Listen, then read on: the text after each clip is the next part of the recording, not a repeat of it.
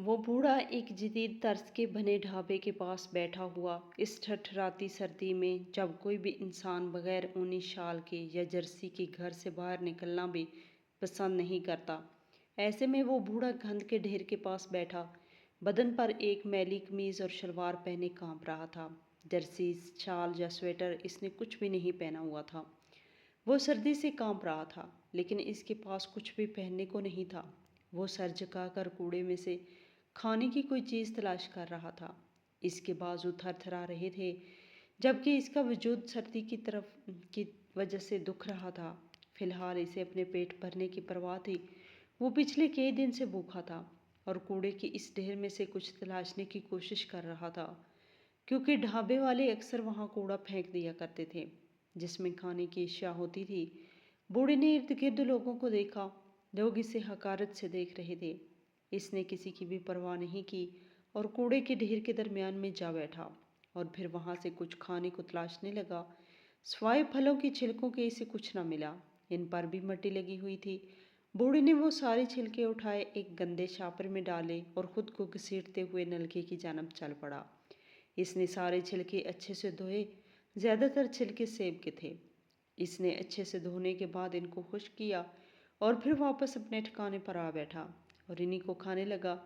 لوگوں کی نظریں اب مکمل طور پر بدل چکی تھیں۔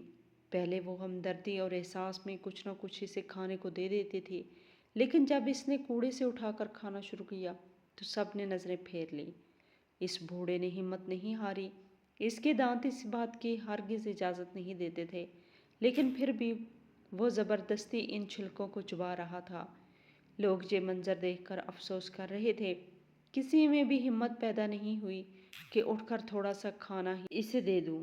ڈھابے کا مالک لوگوں کی نظریں بوڑھے کی طرف دیکھ کر غصہ ہو گیا اور اسے نکالنے کی ترکیبیں کرنے لگا، جبکہ وہاں کام کرنے والا ایک باورچی نے اپنے مالک کو شانت کیا اور پھر کھانے کی ایک ٹرے بنا کر اس بوڑھے آدمی کو دینے کو کہا تاکہ لوگ اس سے متاثر ہوں اور اس کے گاہکوں میں اضافہ ہو۔